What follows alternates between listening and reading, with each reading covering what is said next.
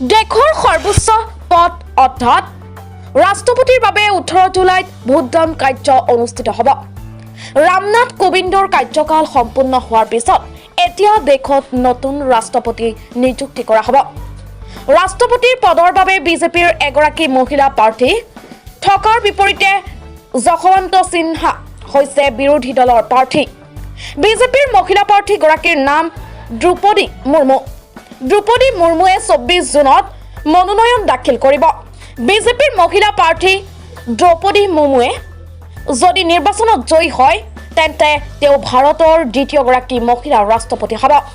ইয়াৰ আগতে প্ৰতিভা পাটিলে ভাৰতৰ প্ৰথম মহিলা ৰাষ্ট্ৰপতি হোৱাৰ গৌৰৱ লাভ কৰিছিল।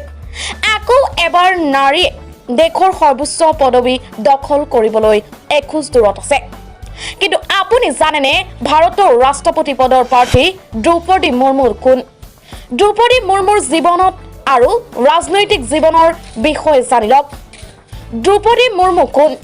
ৰাষ্ট্ৰপতি পদৰ বাবে হ'বলগীয়া ভোটদানত NDAৰ ফালৰ পৰা দ্ৰুপদী মুৰ্মুৰ নাম দিয়া হৈছে। তেওঁ হৈছে উৰিষ্যাৰ এগৰাকী জনজাতীয় মহিলা নেত্ৰী আৰু ঝাৰখণ্ডৰ ৰাজ্যপাল হিচাপে কাৰ্যনিৰ্বাহ কৰি আহিছে। দ্ৰুপদী মুৰ্মু জীৱনী।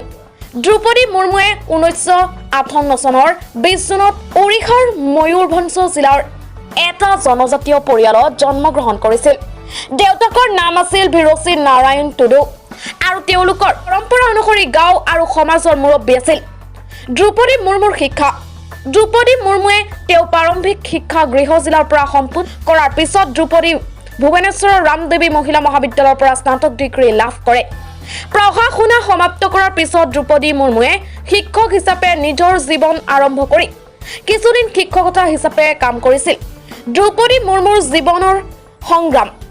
দ্ৰুপদী মুৰ্মুৱে শ্যামচৰণ মুৰ্মুৰ সৈতে বিবাহপাশত আবদ্ধ হৈছিল আৰু পৰৱৰ্তী সময়ত তেওঁলোকৰ দুজন পুত্ৰ আৰু এজনী পুত্ৰী কন্যা সন্তান জন্ম হৈছিল। পিছত দুয়োজন পুত্ৰ আৰু স্বামীৰ মৃত্যু হয়। সন্তান আৰু স্বামী হেৰুৱাটো দ্ৰুপদী মুৰ্মুৰ বাবে এক কঠিন সময় আছিল।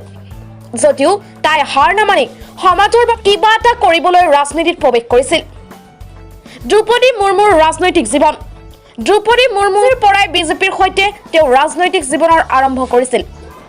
বিজেপিত যোগদান কৰাৰ পিছত 1997 চনত ৰায়ৰাংপুৰ নগৰ পঞ্চায়তৰ কাউন্সিলৰ নিৰ্বাচনত অংশগ্ৰহণ কৰি জয়লাভ কৰে। বিজেপিয়ে মুৰ্মুক অনুসূচিত জনজাতি মৰ্চাৰ উপসভাপতি হিচাপে নিযুক্তি দিয়ে আৰু ইয়াৰ পিছত 2000 চনৰ পৰা 2002 চনলৈ উৰিষ্যাৰ বিজেপি আৰু বিজু জনতা দলৰ মিত্ৰজোঁট চৰকাৰত তেওঁ স্বতন্ত্ৰ দায়িত্বৰে বাণিজ্য আৰু পৰিবহণ মন্ত্ৰী আছিল। 2002 চনৰ পৰা 2004 চনলৈকে মীন আৰু পশু সম্পদ উন্নয়নৰ ৰাজ্যিক মন্ত্ৰী হিচাপে কাম কৰিছিল। তেওঁ উৰিষ্যাৰ ৰায়গঞ্জ বিধানসভা আসনৰ পৰা বিধানসভা নিৰ্বাচনতো জয়লাভ কৰে।